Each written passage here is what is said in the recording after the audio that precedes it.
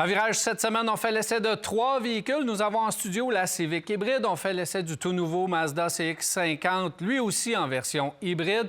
Et la fameuse Porsche Spyder RS, un véhicule de performance. On poursuit nos chroniques avec des harnais pneumécaniques. Maxime Dubois va être avec nous pour nous parler du service d'assistance batterie de CA Québec, des nouvelles de l'industrie. Et à la fin de l'émission, on répond à vos questions. Tout cela à Virage, dans un instant. Virage Auto est propulsé par IA Assurance Auto et Habitation.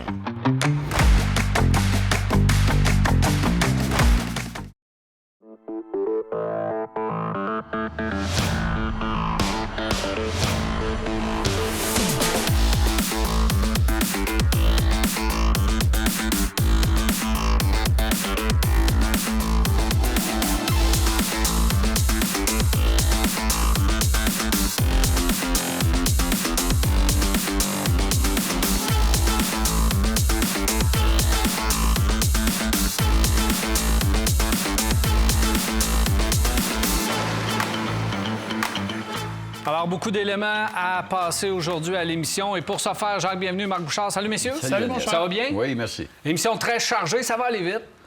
Et on va commencer tout de suite avec la voiture en studio, messieurs, parce que Honda persiste et signe avec l'hybridation, avec la Civic et les variantes de la Civic. Donc, on veut continuer dans l'hybride. Après le lancement timide de leur véhicule 100% électrique, le Prologue, qui est une alliance avec GM. Est-ce que c'est un produit GM? Est-ce que c'est un produit GM ou Honda? C'est pour ça que je dis lancement timide, parce qu'on ne l'avait pas lancé, qu'on l'avait déjà tué, pauvre Prologue. Là, maintenant, on arrive avec une Civic qui est beaucoup plus aboutie comme technologie. Je roule avec cette voiture-là depuis un certain temps. J'aime le système hybride. Il est bien fait. Il est silencieux et doux, ce qui n'était pas le cas par le passé dans les anciennes Civic et Insight. La voiture est solide. La voiture fait un certain temps autant à 100% électrique. Ça, j'aime ça parce qu'on est, même si c'est pas branchable, là, c'est 100% électrique, mais sur l'autoroute, on est capable d'avoir quand même de bons moments 100% électrique. Et surtout, elle est économique dans le trafic. Qu'est-ce que tu en penses, Marc? Et puissante. Tu as oublié la notion de puissance. Parce qu'il faut quand même... Moi, je trouve que le 200 chevaux et le 230 livres à pied coupe, il faut que tu utilises le système sport et que tu sois vraiment un conducteur en mode sport pour pouvoir toutes les exploiter. Je suis d'accord, mais n'empêche que c'est l'équivalent sur d'une papier, Civic c'est la SI, plus... là. Oui. On s'entend. Et elle a, à cause justement de la motorisation électrique, une nervosité que la SI n'a pas. Tu as une espèce de délai dans la réponse de la SI que tu ne retrouves pas dans cette voiture-là. Donc, ça, à mon avis, c'est effectivement la Civic à acheter cette année. C'est la version hybride. Je pense que, tu l'as dit, c'est la plus aboutie. C'est une bonne nouvelle parce qu'on s'entend pour dire que les anciennes Honda Civic hybrides étaient un petit peu catastrophiques. En fait, ils ne valaient pas la peine pour le prix qu'ils demandaient. Là, vraiment, on a un véhicule qui est tout à fait efficace, qui a effectivement un système d'hybridation qui est beaucoup plus moderne, qui est capable de nous aider sur autoroute, ce qui est rare dans le cas d'une hybride traditionnelle, parce que normalement, c'est extrêmement performant en ville. Dans ce cas-ci, on a donc l'équivalent. On se retrouve avec un véhicule qui consomme moins que ses concurrents hybrides de même catégorie. Je pense à la Toyota Corolla, notamment. Donc, elle consomme moins, elle est plus dynamique, elle est solide, elle est bien faite. Je peux pas dire que je tripe tellement sur l'habitacle puis la façon dont Honda a dessiné son intérieur, mais c'est vrai pour toutes les Civic, on s'entend. En revanche, quelle qualité de voiture, quelle solidité de conduite et quel plaisir de roulement. C'est impressionnant. Absolument. Alors, c'est la 9e génération de Civic et qui arrive justement avec une hybride. Moi, je trouve ça drôlement intéressant. Quand je regarde en arrière de où c'est parti, premièrement, en 2015, qui ont cessé de nous présenter des véhicules électriques qui étaient l'Inside à ce moment-là, qui n'étaient vraiment pas excitantes. Et le prix de l'Inside, à ce moment-là, était beaucoup plus élevé que les Civic qu'on nous présentait régulière. Alors, ça n'avait pas donné un grand coup. Et il faut dire que la nouvelle Civic qu'on a ici a presque 100 chevaux de plus au niveau puissance que l'Inside à l'époque qui avait 110 chevaux. Alors, c'est certain que ça se traînait difficilement. Il ne fallait pas être nerveux à l'intérieur et vouloir grouiller. Moi, ce que je trouve intéressant, c'est que c'est une voiture canadienne. C'est une voiture qui est totalement fabriquée à Alliston, en Ontario. Alors, c'est une belle usine, moderne. Et Honda, font des choses vraiment intéressantes. Au niveau moteur, tout ça, Honda, c'est le plus gros manufacturier de moteurs au monde. Alors que tu aies une tondeuse à gazon, que tu aies, je sais pas, un hélicoptère ou quel bébelle qu'il y a encore, Honda, ils fabriquent des moteurs. Alors, le bateau, ils sont tous là. Alors, dans un moteur de ça, quand on ouvre le capot et qu'on voit le nouveau moteur qu'il y a dessous le capot, c'est beau, c'est bien placé et c'est délicat. Je regarde la batterie qui est délicate. Honda ont toujours mis à bord de leur voiture des petites batteries. Alors, je suis certain qu'ils ont un système qui fait le travail. Je me suis mis à genoux tout à l'heure, pas pour prier au pied de la voiture, mais pour regarder le dessous de la voiture. Parce que je voulais voir comment le système de suspension, qu'il y a une suspension indépendante aux 4 roues, comment est-ce qu'il était dessiné, assemblé et attaché après la voiture. Je peux vous dire que n'importe qui veut aller voir comment c'est que c'est en dessous, ça vous donne un aperçu de comment est-ce que ça peut être. Pourquoi c'est stable sur la route. Ouais. Alors, moi, j'aime l'intérieur. Les sièges sont bons. C'est un sédan. Et encore une fois, ça nous prouve qu'on n'est pas obligé d'avoir vraiment un SUV pour se promener. C'est un 2 roues motrices, c'est une traction avant. Et au niveau économie, vous en avez parlé, c'est économique. Et quand on regarde la capacité d'un réservoir, le réservoir d'essence est de 47 litres après ce véhicule-là. Quand vous avez des réservoirs de 55, puis de 60, puis de 65 litres, dites-vous que c'est parce que vous avez besoin de faire à peu près 350 km. Ça consomme un peu plus. Absolument. Mais moi, je suis en moyenne là, à 5,5 litres au 100 km, sans faire trop attention, parce que j'utilise le mode sport de temps en temps. Il y a le mode normal et économie aussi, où on peut programmer son propre mode.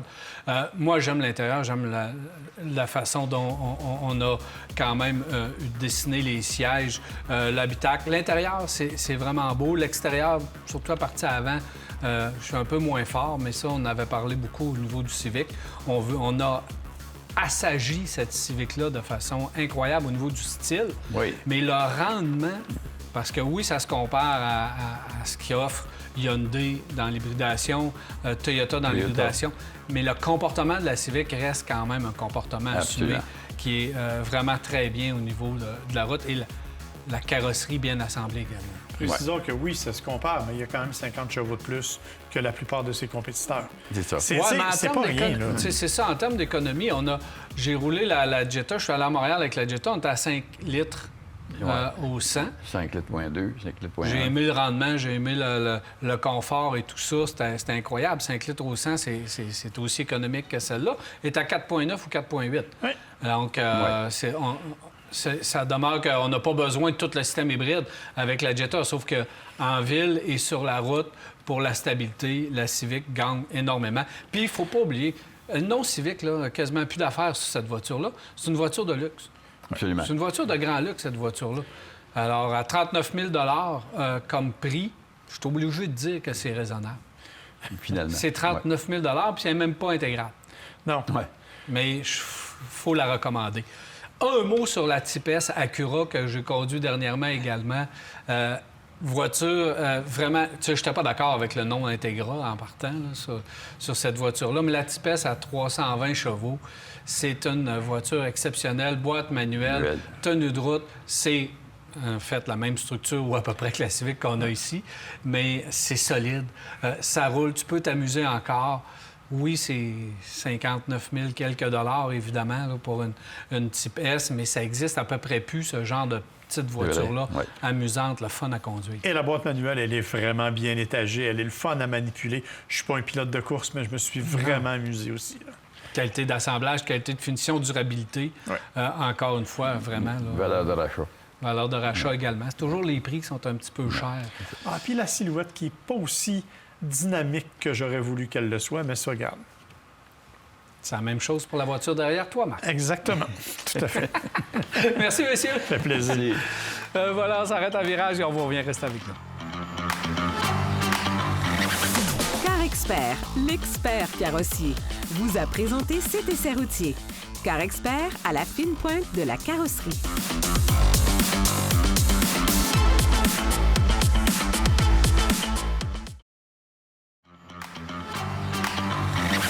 Ce segment d'émission vous est présenté par Napa Auto Pro et Desharnais Pneus et Mécaniques. Desharnais, 75 ans et plus jeune que jamais. Nous sommes présentement chez Desharnais Pneus Mécaniques. Je suis en compagnie de Danny Bellil. Salut, Danny. Salut, Daniel. Ça va bien? Ça va bien, merci. Alors, Danny, on a demandé des questions aux gens et c'est vraiment le fun d'avoir les questions du public. D'ailleurs, si vous avez des questions pour Danny, n'hésitez pas, autant en pneus et mécanique. Danny, on veut savoir certaines choses. D'abord, combien coûte l'entretien d'un véhicule, on va dire, annuel au Québec? Je pense que tu te doutes un peu du début de ma réponse. Ça va dépendre de l'âge du véhicule, du kilométrage parcouru. Mais si on veut résumer ça assez simplement, on s'entend qu'un véhicule neuf, 0 à 3 ans, les frais d'entretien sont très minimes. Là, on va parler souvent en bas de 500 $. Après ça, on va passer de 4-5 ans. Souvent, quand le véhicule s'approche, on va dire du 100 000 km, là, on va travailler dans les eaux de peut-être 1 200 $. Et quand on a un véhicule vieillissant de plus d'une dizaine d'années, on peut travailler avec un 2 000 à 2 500 $ d'entretien annuel. Les gens, souvent, c'est là qu'ils prennent la décision de garder leur véhicule, parce que de dire de mettre 2 000 $ par année sur mon véhicule pour l'entretenir, changer quelques pièces qui sont défectueuses, puis il peut avoir de paiement de char, c'est vraiment intéressant. Danny, je ne sais pas si tu vas être d'accord avec moi, mais l'argent qu'on met très tôt sur un véhicule, plus il est neuf, plus on commence à l'entretenir tôt, plus cet argent est payant plus tard. Tu as 100 raison. Les entretiens préventifs font foi de tout. Les gens qui vont entretenir le véhicule vont changer le liquide, que ce soit le liquide de frein, que ce soit le liquide de refroidissement, transmission, mais on évite des problèmes avec des pièces maîtresses comme la transmission, comme le système de refroidissement. Donc oui, effectivement, entretenir un véhicule, c'est rarement mauvais. Autre question, on veut savoir quels sont les types de réparations qu'on voit le plus ici au Québec. C'est sûr qu'avec les routes, les gens auraient tendance à dire les pièces de direction, qui sont les réparations les plus fréquentes, mais non. Chez Desharnais, un spécialiste comme nous sommes, on peut parler un peu plus de 40 des freins. Fait que les freins demeurent une des pièces maîtresses du véhicule, on s'entend au niveau de la sécurité. Donc, encore une fois, quand on parle d'entretien préventif, de s'assurer d'avoir un système de freinage adéquat, un système de freinage qui fonctionne bien. Premièrement, vous allez sauver des coûts. Parce que remplacer des freins, c'est beaucoup plus dispendieux que les entretenir. Et la direction, les fameux nids de poules, puis les routes qu'on a au Québec, est le deuxième élément le plus dispendieux, le plus fréquent. Le plus fréquent, ici. Ouais. Autre question, quels sont les signes précurseurs d'un problème mécanique grave que les conducteurs ignorent souvent au Québec? Le bruit. Le bruit, les anomalies d'un véhicule. Tu sais, les gens un bruit normal, un bruit qui s'en vient normal. Oui, quand c'est rendu normal, c'est pas une bonne nouvelle. Sincèrement, on le fait de plus en plus dans nos ateliers mécaniques chez Desharnais. C'est qu'on va, quand les gens arrivent ici et disent « j'ai un bruit bizarre », on va opter d'essayer le véhicule avec le client. Pour une raison très simple. Le client conduit son véhicule à pratiquement tous les jours, connaît son véhicule. Si vous avez un bruit qui est anormal, si vous avez un comportement, le véhicule manque de puissance, le véhicule cherche à étouffer au coin de rue, ça, c'est des signes qui parlent. Ça, c'est important de venir chez votre garagiste parce qu'on peut attendre. Là, effectivement, ça va coûter une remorque ou ça va coûter beaucoup plus cher. Les bruits, les signes anormaux, s'il vous plaît, venez voir un spécialiste comme Desharnais. Les régimes moteurs qui varient là, continuellement aussi. Des fois, ça commence là, graduellement, puis on s'habitue à ça. Puis là, hop, ça varie beaucoup, puis on le laisse aller. Ça aussi, il faut faire attention. Étrangement, il y a une lumière qui allume dans le tableau de bord, et là, il y a d'autres problématiques qui arrivent. Et la facture, au lieu d'être une facture de 200, 300, 400 $, mais peut facilement dépasser les 1 000 $. Quels sont les avantages de faire affaire avec un garagiste généraliste comme vous autres, plutôt que d'aller chez mon concessionnaire qui installe les pièces d'origine? Mais cette question-là, sincèrement, il y a plusieurs volets, en toute honnêteté, Daniel. Souvent, les gens qui ont un véhicule neuf sont un peu nerveux de faire affaire d'un garage généraliste de peur de perdre leur garantie. Premièrement, mettons quelque chose au clair, une garantie du fabricant va être respectée si vous faites vos changements d'huile chez Desharnais ou si vous faites vos entretiens chez Desharnais. Un garage comme Desharnais ont tous les outils nécessaires pour faire les entretiens recommandés par le fabricant. Premier point. Une fois que les pièces d'origine, les garanties d'origine qu'on va avoir du concessionnaire, on s'entend 3 ans, 60 000 km ou 5 ans, 100 000, quand on commence à remplacer des pièces, que ce soit des pièces d'origine du concessionnaire automobile ou que ce soit des pièces de remplacement comme on peut offrir chez Desharnais, on a le choix des deux chez Desharnais, c'est ça l'avantage. On peut vous offrir des pièces de remplacement ou vous préférez aller avec des pièces d'origine, on est aussi capable de faire ça chez nous. L'avantage de faire affaire avec les pièces de remplacement, premièrement, on va avoir une variété de pièces, une qualité de pièces qui est beaucoup plus grande. Les budgets sont moins grands, bien, on a des pièces plus économiques. vous travaillez avec votre véhicule, vous voulez de quoi de plus durable, bien, on a aussi ces pièces-là qu'on va appeler des pièces fleet, qu'on appelle communément, donc qui sont beaucoup plus durables. Un avantage qui est indéniable, c'est les garanties. Quand on travaille un magasin comme qu'on a sur le Bourgneuf ou à Charest, on fait partie d'une bannière Autopro, on parle de 2 ans, 40 000 km sur toutes les pièces qui sont installées en magasin dans ces succursales-là, autant au niveau de la pièce que de la main-d'œuvre. Ça, c'est assez rare dans l'industrie présentement. La même pièce rebrise pour quelques raisons, ça coûte rien. Donc, effectivement, ça, c'est un des très bons points. J'aimerais préciser aussi que c'est pas juste chez Desharnais. Vous avez une problématique, vous êtes peu importe où au Québec, au Canada, même aux États-Unis, je pense que c'est 17 000 places où on est capable de faire changer des pièces sous garantie.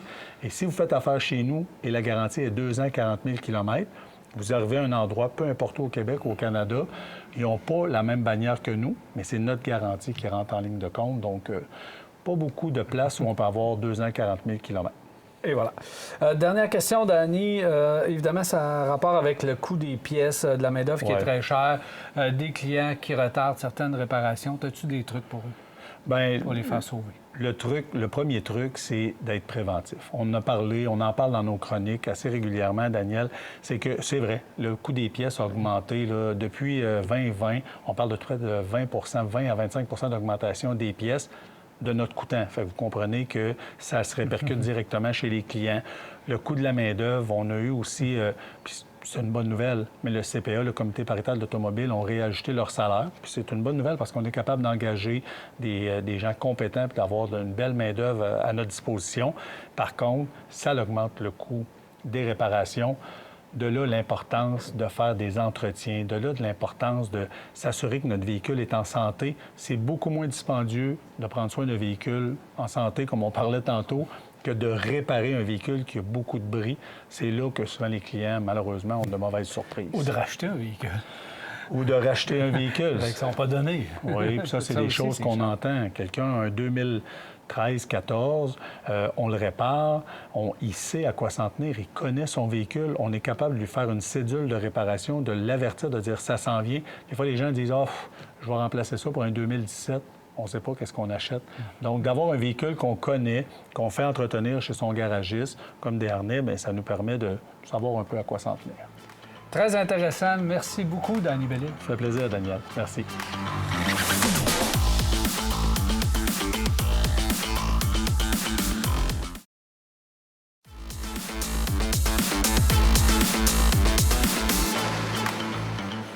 Nous sommes de retour et je suis maintenant accompagné de Maxime Dubois, CA Québec. Salut, Maxime. Bonjour, Daniel. Ça va bien? Très bien, merci. Aujourd'hui, tu veux nous parler d'assistance batterie. C'est un service offert par CA Québec qui fonctionne très bien, dont j'ai fait appel il y a à peine 2 semaines. Bon, ben voilà. Alors, tu as vu que c'est important de le faire. Et que ça fonctionne bien. Et c'est surtout important de le faire à ce temps-ci de l'année. Il commence à faire un peu plus froid, mais c'est pas les froids mordants qu'on va avoir en janvier, février, où là, on aura des problèmes, fort probablement. Peut-être que la batterie dans le véhicule de monsieur, madame, tout le monde fonctionne encore très bien. Elle est encore capable de subir un 5-10 degrés, -2, -3. Mais quand on arrive à -15, c'est très différent. Ce qu'il faut savoir, c'est que cet été, il a fait chaud quand même, hein? Quand même assez chaud. Bien, la chaleur va user quand même, va détériorer la batterie 3 fois plus que le froid. Alors, c'est la chaleur qui vient miner carrément là, l'espérance de vie des batteries. Alors, peut-être qu'on va avoir des signes avant-coureurs déjà. Là. Alors, un éclairage un peu plus faible, des témoins de batterie qui sont évidemment allumés dans le tableau de bord. On peut avoir aussi des petits dépôts qui vont se former, le fameux verre de gris autour des pôles, on va en voir. Donc ça, c'est des signes d'usure de batterie. Il peut y avoir des fuites de liquide. On peut avoir aussi des bosses, des boursouflements aussi dans ce secteur-là. Il peut y avoir l'âge de la batterie. Sans même qu'on ait vu ces signes-là, l'âge de la batterie. Une batterie, là, disons, là, à 4 ou 5 ans, là, disons qu'on en demande beaucoup à nos batteries. Les véhicules sont extrêmement chargés d'équipement, alors ça vient solliciter les batteries énormément. Donc, recommandez de les faire vérifier. Disons que ça vous tente de faire vérifier pour ne pas vous faire prendre les culottes à terre. Ouais. En plein mois de janvier, février, où il fait très froid, et là, tout le monde appelle à ce moment-là. C'est mieux de prévenir que de guérir. Alors, on peut faire, évidemment, appeler le système, le service d'assistance batterie. Ce qu'on va faire, évidemment, on demande le service d'assistance batterie, on va se déplacer. Et là, on va faire un test. On va tester, oui, la batterie, mais aussi le système de charge autour. Parce que si la batterie est venue s'épuiser, s'affaiblir, c'est peut-être que les éléments autour qui ne travaillent pas ensemble. Hein? Alors, le démarreur, l'alternateur et la batterie, on doit les faire vérifier. On doit vérifier c'est quoi la source, pourquoi la batterie est rendue faible. On peut acheter la meilleure batterie au monde. Si autour, ça ne travaille pas en équipe, bien, ça ne fonctionnera pas. Alors, c'est un travail d'équipe, comme je dis. Donc, le technicien peut se déplacer. Ça compte pour un service. On va faire un test. Et là, le test, ça va être un test qui est très précis. On peut peut-être voir des images aussi de l'examen qu'on est capable de faire. On va vérifier, donc, l'état de santé, le système de charge, la capacité de démarrage. Et ça, on va l'envoyer, ce test-là. Ça va être imprimé. Ou on peut l'envoyer directement par courriel, par texto. Oui, puis ils vont vérifier s'il y a un drain sur le véhicule. Donc, s'il y a quelque chose qui tire de l'énergie, ils vont être capables de le détecter. C'est ce qu'ils ont vérifié sur une de mes voitures pour voir si c'était vraiment le cas. Sinon, bien, on voit que c'est vraiment juste la batterie. Alors, c'est quand même assez complet comme test. C'est rapide, c'est efficace. On sait exactement qu'est-ce qui va se passer. Un test juste pour la batterie comme ça, c'est entre 25 et 50 $. Si on le demande, ça pourrait ressembler à ça. Le rapport, comme je disais, il est envoyé par courriel avec, évidemment, les usages. Qu'est-ce qu'on doit faire aussi pour, disons, prévenir la dégradation peut-être un peu plus rapide? Si on doit changer la batterie, à ce moment-là, le service ne comptera pas comme un service. On a des batteries qu'on peut installer sur place. On a uniquement la batterie à poser. On n'a pas la pause à payer. Une pause, c'est quand même une bonne trentaine de minutes, mais on n'a pas besoin de la charger. On a la batterie qui sera déjà là, posée, prête à partir en moins de 30 minutes. Une pause de batterie, il faut quand même figurer quand même 50-60 $. C'est rendu ça maintenant, malheureusement, mais ça, on n'aura pas à le payer. Oui. Et la batterie garantie? Garantie, des superbes garanties. Tu m'amènes sur le point, la garantie couverte de 6 ans. Trouvez-en des garanties comme ça, puis ce sont des bonnes batteries. C'est pas des batteries qui traînent sur des tablettes depuis déjà 1 an, 2 ans, 3 ans. Des batteries, on a un bon roulement, on a des excellentes batteries. Garantie 6 ans, ça fait quand même des super belles économies. Alors, ça permet donc d'avoir l'heure juste. On est capable donc de partir avec un véhicule qui est sur place. Pas besoin de prendre un autre rendez-vous, ça va se faire sur place. Et on a la paix, évidemment. Maintenant, qu'est-ce qu'on doit faire? Parce qu'on a parlé d'avoir une bonne batterie. Ça prend des bonnes habitudes pour garder sa batterie. On n'a pas acheté la meilleure batterie au monde. Si on fait juste des petits stop and go, on va juste à l'épicerie, on va au dépanneur, on revient, on part, on arrête, on part, on arrête. La batterie n'a jamais le temps de se recharger. Une batterie, c'est comme un athlète. On parle de moi ici. Non, mais honnêtement, il faut que ça fonctionne régulièrement et souvent. Et là, à ce moment-là, c'est pas pour rien qu'on va voir qu'un voisin va avoir une batterie de 8, 9, 10 ans. On peut le voir encore. Mais si on est capable de fonctionner, de bien utiliser sa batterie, bien, la batterie, elle va être quand même très bonne. Si jamais ce n'est pas votre cas, vous n'avez pas utilisé souvent votre véhicule, bien, vous pouvez acheter ce qu'on appelle un chargeur intelligent. Ça règle énormément de problèmes. On a les petits pôles qui sont branchés, les pinces sur le pôle. On a un fil qui dépasse un peu comme un chauffe-moteur. On branche la batterie lorsqu'on n'a pas besoin de s'en servir. On la débranche avant de partir. Et bien, ça permet de maintenir la charge et on va garder notre batterie en santé très longtemps. C'est ça, ça ne surcharge pas la batterie. En plus. C'est pour ça, c'est intelligent. Donc, ça fait une bonne gestion de l'énergie de la batterie. Avec l'hiver qui s'en vient, c'est vraiment important de le faire faire. Et surtout, si on n'a pas utilisé tous nos services, puis qu'il en reste encore 3, par exemple, sur notre carte, puis qu'on est près du renouvellement, pourquoi pas faire vérifier notre batterie si on n'est pas certain? Ben oui, absolument, pour le faire. C'est de bons conseils, ça. C'est le fun. Ça fait plaisir. Merci, Max. Salut bien. Alors voilà, on s'arrête à virage, on s'en va essayer avec Jacques Bienvenu le tout nouveau CX50, un véhicule qui va vous étonner. Et on va revenir.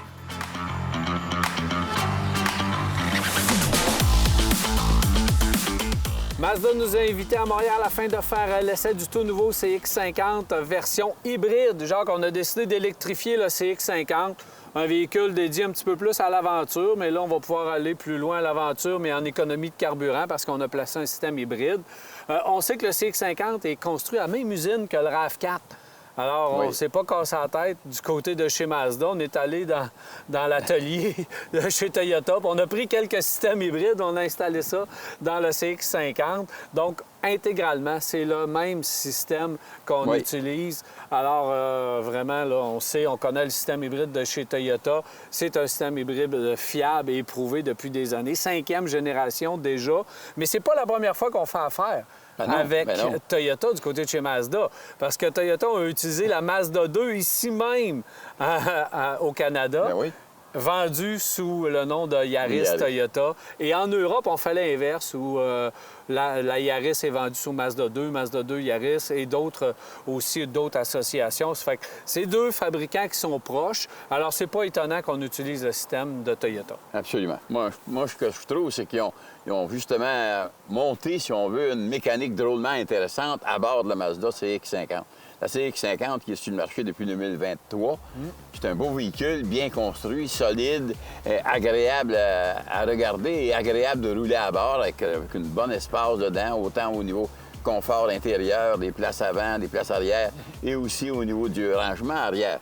Alors, ça faisait une voiture qui était vraiment, vraiment intéressante. Ce qui est arrivé avec le fameux moteur hybride qu'on a monté à bord de Toyota, comme tu disais tout à l'heure, c'est que c'est un moteur reconnu, c'est toute une mécanique reconnue. Et en montant ça en bord, on a trouvé l'économie qu'on voulait aller chercher. Et quand on roule, là, on s'aperçoit qu'on roule là, tout près de 6,1, 6,1, 6,2 litres au 100. Moi, je trouve que c'est drôlement intéressant au niveau économie. Alors, c'est une voiture que j'ai trouvée peut-être un petit peu plus rigide au niveau de suspension que le CX-50 qu'on connaissait. Ça roule un petit peu plus dur parce que les pneus qu'on utilise sont des pneus à faible résistance au niveau roulement. Alors, automatiquement, c'est un petit peu plus dur. On a des roues 19 pouces au lieu d'avoir des 20 pouces comme on avait sur les CX-50, par exemple, les années précédentes. Et c'est une voiture avec un bon volant, un bon coup de volant. Volant un petit peu plus lourd pour les gens qui aiment ressentir davantage le volant, le comportement de la voiture. Moi, je trouve que Mazda, à ce niveau-là, ont été vraiment, vraiment gagnants de s'associer avec un manufacturier comme Toyota, qui est, comme tu disais tout à l'heure, qui est reconnu et qui ont choisi pas un système non plus d'électrification qui est lourd, qui est compliqué, que tu dois toujours aller jouer dans les écrans pour trouver ce que tu as besoin de commandes, etc.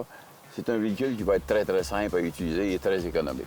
Oui, on a gardé, quand on parle du même système, du même groupe motopropulseur, le 2.5 développe 219 chevaux, exactement comme le RAV4. On a la même transmission que Toyota CVT qu'on monte à bord, qui est une transmission un peu plus planétaire, donc un système qui fonctionne très bien, fiable. Système 4 roues motrices, Toyota également, le e-all-wheel drive qu'on utilise, donc c'est un système électronique de traction intégrale en arrière, fonctionne très, très bien. On a les modes de conduite aussi qu'on a montés à bord. Normal, on peut avoir le mode sport ou puissance, si on veut. Et on a même un mode hors route, trail. Je ne sais pas si ça va servir, mais ça peut servir. Mais c'est là. C'est là aussi. Et on a un bouton électrique. Quand la batterie est suffisamment chargée, on peut l'utiliser à faible vitesse pour être 100 % électrique, mais on ne fait pas vraiment tellement longtemps. On n'a pas de plan pour utiliser la version Prime, donc la version branchable du RAV4 qu'on utilise. On a de la misère à en livrer du côté de chez Toyota. Donc, on n'aura pas la version branchable, mais on l'a déjà chez Mazda avec le 70 et le 90. Alors, on n'a pas besoin. On voulait vraiment avoir un système qui était économique dans le CX-50. Moi, j'aime ça parce que c'est la fiabilité. Oui, le RAV4 est une bonne voiture. Le RAV4 est une voiture incroyable. Mais vous pouvez aller chercher quelque chose d'autre avec Mazda. Vous allez avoir un bon coup de volant quand même, donc une conduite qui est très, très, très bonne. Pas à des années-lumière du RAV4. Le RAV4 a une bonne voiture également. Puis, si vous voulez faire affaire à un concessionnaire Mazda, vous allez faire affaire à un concessionnaire Mazda qui a une bonne carrosserie qui est durable dans le temps également, avec un système hybride qui est durable. Je pense que ça donne dans l'ensemble un très bon véhicule pour longtemps si vous voulez avoir ce genre de système-là. Moi, à 6,1, 6,4 litres, 42 000 prix de départ, jusqu'à 50 51 000 Donc, au niveau du prix pour un véhicule hybride traction intégrale, c'est parfait. Oui, ils sont dans le prix. Pourquoi pas? Ça me titille tout le temps un petit peu, pareil, qu'un fabricant va puiser chez un autre fabricant. Mais ici, dans ce cas-ci, c'est un bon match. Absolument. Des fois, là, tu te dis, ils auraient pu développer leur propre bébelle, mais là, je pense que c'est une belle combinaison qu'on est allé chercher. Ouais. Mais je pense qu'il ne faut pas se leurrer, là. Mazda, c'est pas un gros manufacturier. C'est peut-être le plus petit de tous les manufacturiers qui existent au monde. Et il n'y avait pas de système électrique. Et Toyota nous a toujours dit qu'ils se mariaient avec Mazda parce qu'ils ont fait leurs recherches, etc. Et ils trouvaient que c'était un manufacturier qui manufacturait des produits de haute qualité. Alors, on a justement... Mazda est allé fouiller, comme tu dis, dans les pièces de Toyota, puis je pense qu'ils ont fait un beau choix. Alors, ça va être intéressant. Merci, Jacques. Plaisir, Daniel.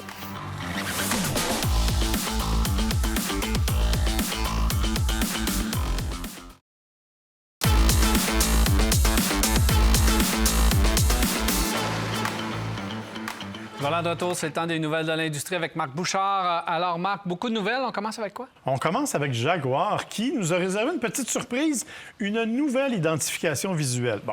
On sait que Jaguar, là, actuellement, c'est une compagnie qui est en plein changement, à plein de niveaux. Ils ont arrêté la production de véhicules. Ils ne produisent plus rien. Là. Les prochains véhicules vont arriver pour l'année modèle 2026, donc quelque part en 2025. On nous a déjà présenté... en pyjama, je te dirais, là, une espèce de version camouflée d'une grosse berline électrique qui a des allures un peu de BMW i7, mais on n'a pas plus de détails à ce niveau-là. Mais là, la dernière surprise, c'est le nom, l'identification visuelle de Jaguar qui a complètement changé. Oublie le logo traditionnel. On a repris une nouvelle police de caractère.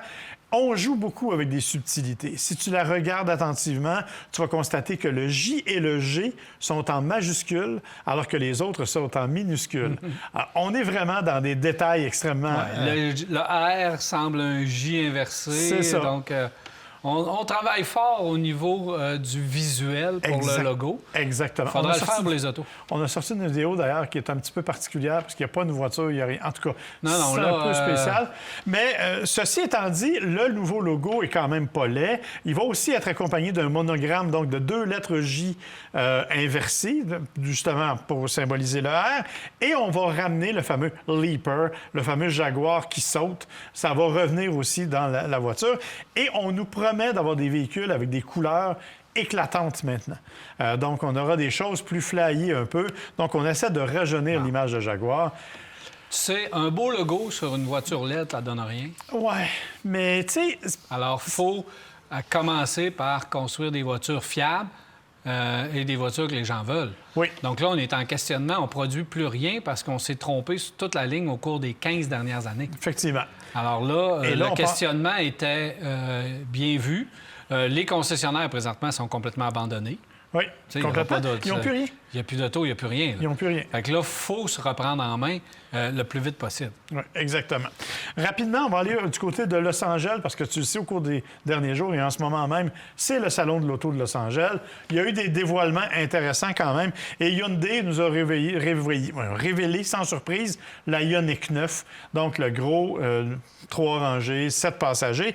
Quand même, véhicule intéressant parce que beaucoup de technologie. Un design qui marie un peu celui du Santa Fe, mais qui va chercher aussi la pixelisation de la Ioniq 5 au niveau des phares. Donc, on joue beaucoup cette carte-là. On estime qu'il y aura 530 km d'autonomie à peu près, avec une batterie de 110 kWh, ce qui est quand même énorme. Hein? De 20 à 80 en 24 minutes. Parce qu'on est capable de recharger jusqu'à 350 kW.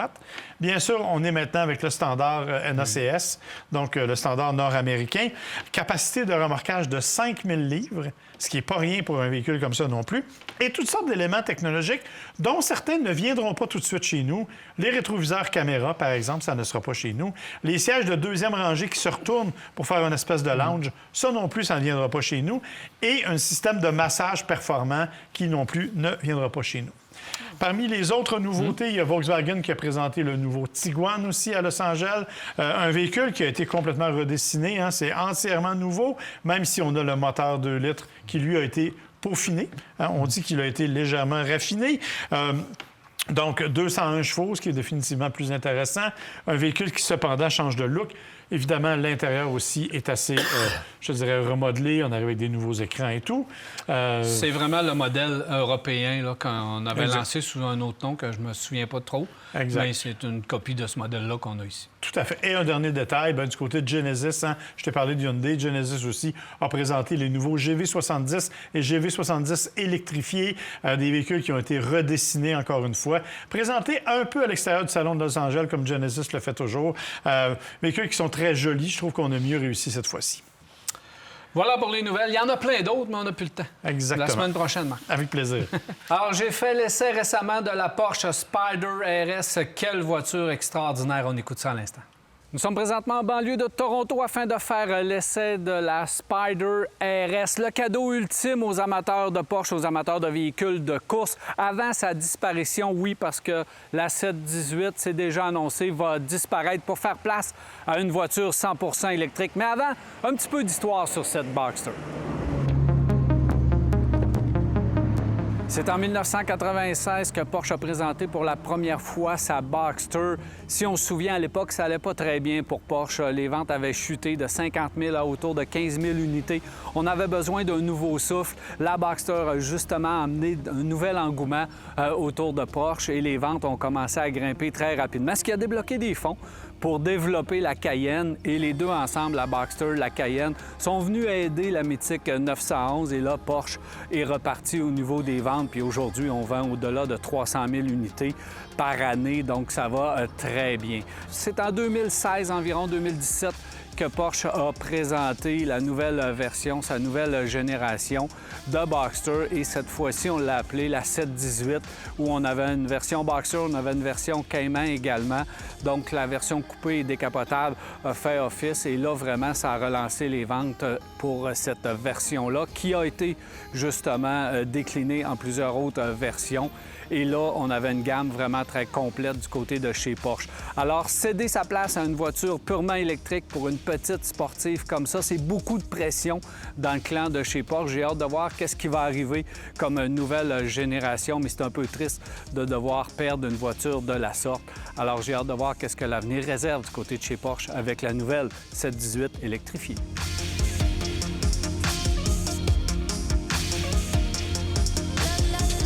Revenons à notre Spyder RS. Nous avons ici la version Weissach, une version qui porte le nom de l'endroit où les ingénieurs de Porsche travaillent, où ils développent les véhicules. Alors, lorsque les ingénieurs mettent le nom de leur emplacement sur une voiture, on veut qu'elle soit parfaite et c'est ce qu'on a réussi à faire du côté de chez Porsche. On a livré une voiture absolument exceptionnelle. Et cette version-ci veut dire aussi version allégée, puisqu'on utilise vraiment des matériaux comme la fibre de carbone. On peut le voir très bien sur le capot et à différents endroits sur le véhicule, le magnésium, le plastique, bref, l'aluminium. On utilise des matériaux légers pour développer cette voiture qui est une voiture de course, ni plus ni moins, qu'on utilise sur la route. Une version décapotable de la GT4 RS, donc une voiture également mythique et de performance. Par contre, on a des éléments particuliers à cette voiture ici, dont la portion avant, surtout le bas. Et lorsqu'on regarde les aéros qu'on a placés, tout le système de gestion de l'air, bien, on voit qu'on a une bavette en avant qui est un peu plus courte que la GT4, spécifiquement ce modèle-là. On a aussi un aileron en arrière qui est particulier. Toute la gestion de l'air, c'est... On a été à l'extrême, là. On est vraiment là, à l'extrême de tout ce qu'on peut faire dans une voiture de course. Même ici, on voit les trappes ici, ce n'est pas décoratif. On gère l'air qui circule à l'intérieur de la roue et à l'intérieur du cadre de roue, jusqu'à couper même ici, sur les RS, l'aile pour justement permettre à l'air de mieux sortir et de ne pas créer de pression vers le haut. Et on veut garder le véhicule le plus bas possible lorsqu'on va à haute vitesse. C'est absolument sensationnel et on en retrouve un petit peu partout sur le véhicule. On a ici sur le côté, on a ici à l'avant également pour faire respirer le moteur, mais c'est pas des prises d'air. Ça, c'est des haut-parleurs. On a le son du moteur directement dans les oreilles. C'est fantastique, phénoménal, je vous le dis. On n'a pas besoin de système de son dans ce véhicule-là. On l'a juste ici, dans nos oreilles. C'est magnifique parce qu'on utilise le 4 litres, le 6 cylindres 4 litres de la GT3 911 qu'on a placé dans ce véhicule-là. Ça développe 500 chevaux. Ça va jusqu'à 9000 tours minute, un moteur atmosphérique. C'est absolument génial. Les puristes, les amateurs vraiment de moteurs atmosphériques, on veut ce genre de moteur dans notre voiture de course, ne serait-ce que pour le son.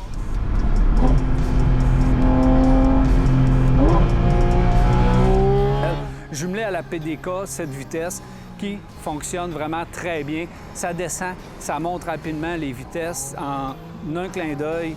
C'est rapide, efficace. Il faut activer le mode sport. Si on met sur le mode automatique, cette boîte de vitesse, en ville, c'est désagréable. Il faut au moins avoir le mode sport dans... mettre le mode sport, oui.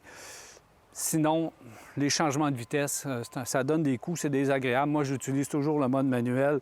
C'est fait pour ça de toute façon. Si on regarde le toit a été créé par des ingénieurs. Ça prend des ingénieurs pour le démonter, ça prend des ingénieurs pour le remonter. Fait que, on l'enlève, on le serre, puis on utilise le véhicule uniquement quand il fait beau. Je pense que ça, c'est ce qu'il faut faire avec ce toit-là. De toute façon, on ne peut pas aller plus de 200 km/h avec le toit en place.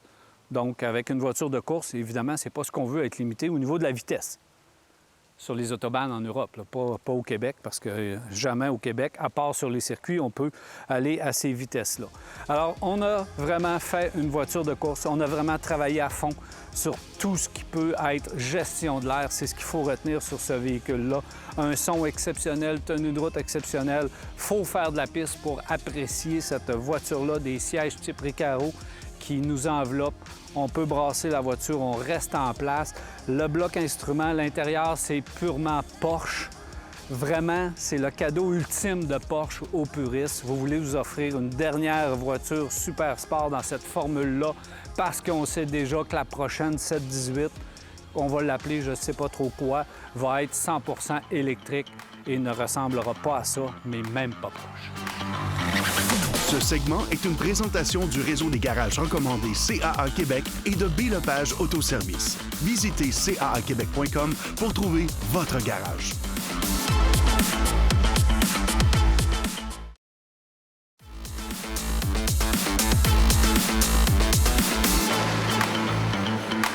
Voici de retour 670-9078, poste 230 ou encore virage à télémac.tv ou via notre Facebook. C'est la façon de nous poser vos questions et commentaires. Messieurs, on en a plusieurs. On va commencer rapidement avec Marc. Une question rapide. Ouais, de M. Danjou, en fait, qui nous demande sur Facebook si les voitures coréennes comme Hyundai et Genesis notamment sont aussi fiables que les Toyota, par exemple, peuvent l'être. Bien, la réponse, c'est que dans certains cas, ils sont plus fiables encore. Fait que oui, ils sont rendus au même niveau. Fait qu'il n'y a plus de gêne d'avoir des Coréens. La moyenne, c'est qu'il vaut finalement... Parce que des Coréens sont rapides pour corriger, et alors qu'on a l'impression que Toyota, sur certains problèmes, ils ont été vraiment traîneux. Là. Ils ont tiré à la sauce beaucoup. On ne parlera pas du cadre. On en parle. Il n'y a plus de gêne. Question pas facile, messieurs. Yves qui demande Telluride, pilote Highlander, Pathfinder, roulotte de 3900 livres. C'est ça. Je suis préoccupé comme... bon, c'est... Évidemment, là, on essaie de choisir entre ces modèles-là, ça fait qu'on n'est pas capable de choisir, c'est ce qu'on nous dit. Ça fait 2 mois que je reporte ma décision parce que je ne suis pas capable de choisir un véhicule dans cette catégorie-là. Soit qu'on décide de vendre la roulotte ou soit qu'on prend une décision rapidement. Écoutez, c'est effectivement un cas assez particulier parce qu'il y a beaucoup de bons véhicules là-dedans. Moi, j'aime beaucoup le Telluride. J'ai un fait pour ce véhicule-là, mais c'est essentiellement au niveau esthétique. Je trouve qu'il y a de la gueule. Le Pathfinder est surprenant aussi dans cette catégorie-là. Et le pilote, bien, il est encore solide, il est juste trop cher. Si vous avez à aller, peut-être, là, on peut démystifier. S'il y a à aller un peu hors route ou sur des chemins de gravier, des affaires comme ça, le Pathfinder va vraiment faire un bon travail. Sinon, pilote Highlander, Telluride. C'est trois excellents. Moi non plus. Je sais pas. Vendez à roulotte. Vendez à roulotte. Moi j'irais sur le Telluride, mais je vous le répète, c'est strictement une question de look. Là. C'est c'est impossible de choisir. La première fois, moi aussi, j'avais pensé à Telluride quand j'ai entendu la question. Oui ou non, Maverick hybride, traction intégrale, c'est une commande parce qu'ils n'en ont pas en inventaire. Remorque rarement. Donc, oui. C'est juste que c'est épouvantable, le prix de ce véhicule-là. Hey, 25 000 quand il est sorti, c'est quoi, il y a 2-3 ans? Il est rendu à 37 000. Oui, mais attention, là. Pour le XL. 25 000, il n'y avait pas de rouage intégral. Oui, c'est ça. Tu sais, il y a un paquet d'affaires 37 000, c'est pas intégral, là. C'est le XL de base. Ah oui? Ah oui, ça a monté de façon Ça exponentielle. n'a pas été magasiné, mais... Non, ça, je magasine pas ça très souvent. Et le Trémor est au-dessus de 50 000. Oui, ça, je savais. cette Ça n'a pas version-là. de bon sens, là. Fait que c'est ça. Autre véhicule, autre question facile. Santa Cruz, ben, le 2.5. On veut juste savoir si le moteur est correct et la carrosserie, si elle est bonne pour aller jusqu'en 2034. Parce qu'on veut garder le véhicule jusqu'en 2034. Après ça, s'acheter un dernier véhicule. Paul-André, il voit loin. Oui. Ouais, 10 ans pour un Santa Cruz, c'est peut-être oui. Mais assurez-vous d'avoir un bon anti-rouille parce que c'est le problème, en fait, chez Hyundai, un petit peu. Là. Après 5-6 ans, on sent des petits problèmes de corrosion dans certains modèles. Soyez extrêmement vigilants sur l'anti-rouille. Mécaniquement, je ne vois pas de problème. Ouais. Ben, Mais faut la l'entretenir. carrosserie. La carrosserie anti-rouille, puis on la protège, puis il n'y aura aucun problème pour ça. Mazda CX-5 diesel, 91 000 km. Je remorque une tente roulotte de temps en temps l'été. Hey, c'est rare. Hey, c'est très rare. C'est très rare, c'est très solide. Et les moteurs de ça ne sera pas tuable. Moi j'irais. Sans aucune difficulté, moi aussi. C'est le genre de moteur qui va traîner bien après de la carrosserie. Il y a eu des problèmes au début, là, avec le système. Là. Oui, mais ça s'est passé vite. Je pense que ça s'est réglé assez vite. Le problème, c'est qu'ils l'ont abandonné. C'est ça. Parce que tout le véhicule est solide, tout le véhicule mais est correct. Mazda, ils ne croyaient pas. Ils ont rentré le véhicule au Canada, puis ils ne croyaient pas au diesel. Tu sais, on a failli avoir une Mazda 6 diesel, je vous rappelle. En plus de ça, oui. Oui, bien, ils ne croient jamais au diesel. Non. Ils ne croient pas à grand-chose en Amérique du Nord. Là. Les Skyactiv X, tous les véhicules qu'il y a en Europe, les Mazda 2, etc., ils l'ont même hybride. Ouais. On n'a rien ici. Excellent achat. Il faudrait qu'ils commencent à croire en nous un petit peu. Moi, je crois en vous, messieurs. Ça le fait. Vous allez être là la semaine prochaine? Oui, évidemment. Merci. Merci. Voilà, c'est déjà tout pour Virage. J'espère que vous avez aimé. On se reparle la semaine prochaine pour un autre virage. D'ici là, je vous souhaite une agréable semaine.